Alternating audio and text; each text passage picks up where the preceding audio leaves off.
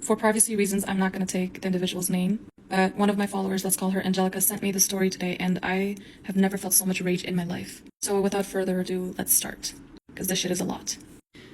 I was sitting down one day when I heard a loud knock on my door. I knew it wasn't my husband because he was at work. We live in an apartment complex. I checked my Ring camera to see who was at my door. To my surprise, I saw a young girl just sobbing, but I couldn't see her face clearly. Instinctively, I knew something was wrong. In situations like this, you are never to open your door because it could be someone plotting a robbery or a kidnapping, which is true. Through my Ring camera, I asked her what she needed and if I could help her with anything. She looked at the camera and said, "I'm your neighbor. I live in the apartment right across yours." As she looked at the camera, I was able to determine that it was Amy, my neighbor. I proceeded to speak to her through the camera, but I was still a little weirded out by the whole situation. She asked me if I could pull up footage from my archives and provided me with the dates to look up. What? The dates went back to December of 2022, and she asked me if I could show her footage from December 24th to January 1st. I was more than happy to help her, but I was still taken aback by the whole situation.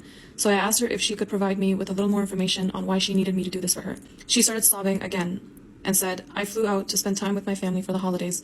My fiance couldn't come with me because work wouldn't give him the time off." I felt terrible that she was standing out there talking to the camera in her position. I ran to my door and invited her inside. As we sat down, Amy shared with me that she was having trust issues with her fiance Chris. She felt like he was hiding something from her and she couldn't put her finger on it. He would frequently gaslight her, dismissing her concerns as mere paranoia or insecurity. As we reviewed the footage together, the initial few videos appeared ordinary. Nevertheless, it became apparent that Chris had hosted numerous New Year parties from December 27th to December 31st, which Amy was unaware of. There was this one girl in particular that was present at all of Chris's New Year parties, consistently arriving early and staying late. I was curious, so I asked Amy about her. To my surprise, Amy nonchalantly identified her as Emily, one of Chris's closest friends, who, as she affirmed, was not romantically interested in men. At this point, I was invested, but something about Emily was not sitting well with me, so I asked Amy how often Emily comes around when she's home. She said maybe once or twice a month. I also asked how she knew Emily was not romantically interested in men, and if she had ever witnessed Emily with a female partner romantically. She said no, and apparently her fiancé claims it to be true. My gut feeling was telling me that something was off, and I couldn't help but think about how much Amy had been deceived by this whole friendship between Chris and Emily. I didn't want to say anything because if my predictions were right, we would find something soon enough. Amy mentioned that Chris messaged her the night before New Year's saying, "I'm not going out tonight without you here. I also have an early morning, going to crash soon. Wanted to wish you a happy New Year before heading off to bed." She suggested we skip the New Year's footage to save time, but I insisted we watch it.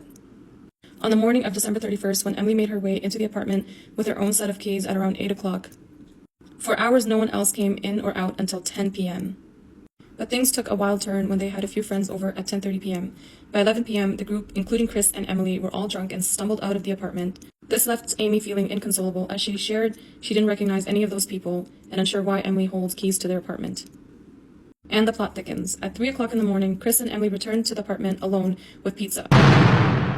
At 4 o'clock in the morning, Emily walks out of the apartment in Amy's red silk robe and red lingerie while taking out the garbage.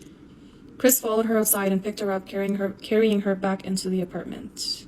Finally, at 9 o'clock in the morning, we caught Chris and Emily sharing a kiss and saying their goodbyes. I was left completely speechless. I looked at Amy as she stood up without saying anything else. She thanked me and walked out. Later that night, I heard Chris yelling. He kept saying to Amy that she had no proof of anything and that she had gone mad. He said that he couldn't spend the rest of his life with someone who was incapable of trusting him. He went on verbally abusing Amy for a good 20 minutes. Once he stopped, Amy said, "What if I told you that I have proof?" He responded, "I would like to see it with my own eyes because that's not something I would ever do." Amy said, "I'm going to ask you one last time to tell me the truth. If you choose to lie again, you can pack your things and leave. I know that I've tried everything to make this relationship work, but it's always been a one-sided relationship." Chris said, "I have nothing to hide." Amy opened the apartment door and pointed at my camera. It was almost as if Chris's soul left his body. Amy said, "I'm sure you wouldn't mind if I ask her for the footage, would you?" He stumbled over his words and said, "She will think you're crazy. There's no need for the involvement of strangers." Of course he would say that. As he said that, I was so full of rage that I couldn't take it anymore. I immediately opened my door and said to Amy, "I would love to pull up footage from any date you'd like. I have all of 2022 saved." Chris looked at me and told me to mind my own business. I said no and reminded him of all the parties he had while Amy was gone. I sent Amy all the videos and she played them all to his face. In the end, this man had the audacity to say, "I can't deal with you. You're crazy." He took his bag and left the apartment. This just goes to show the lengths to which immature men will go. Yep, that shit pissed me off.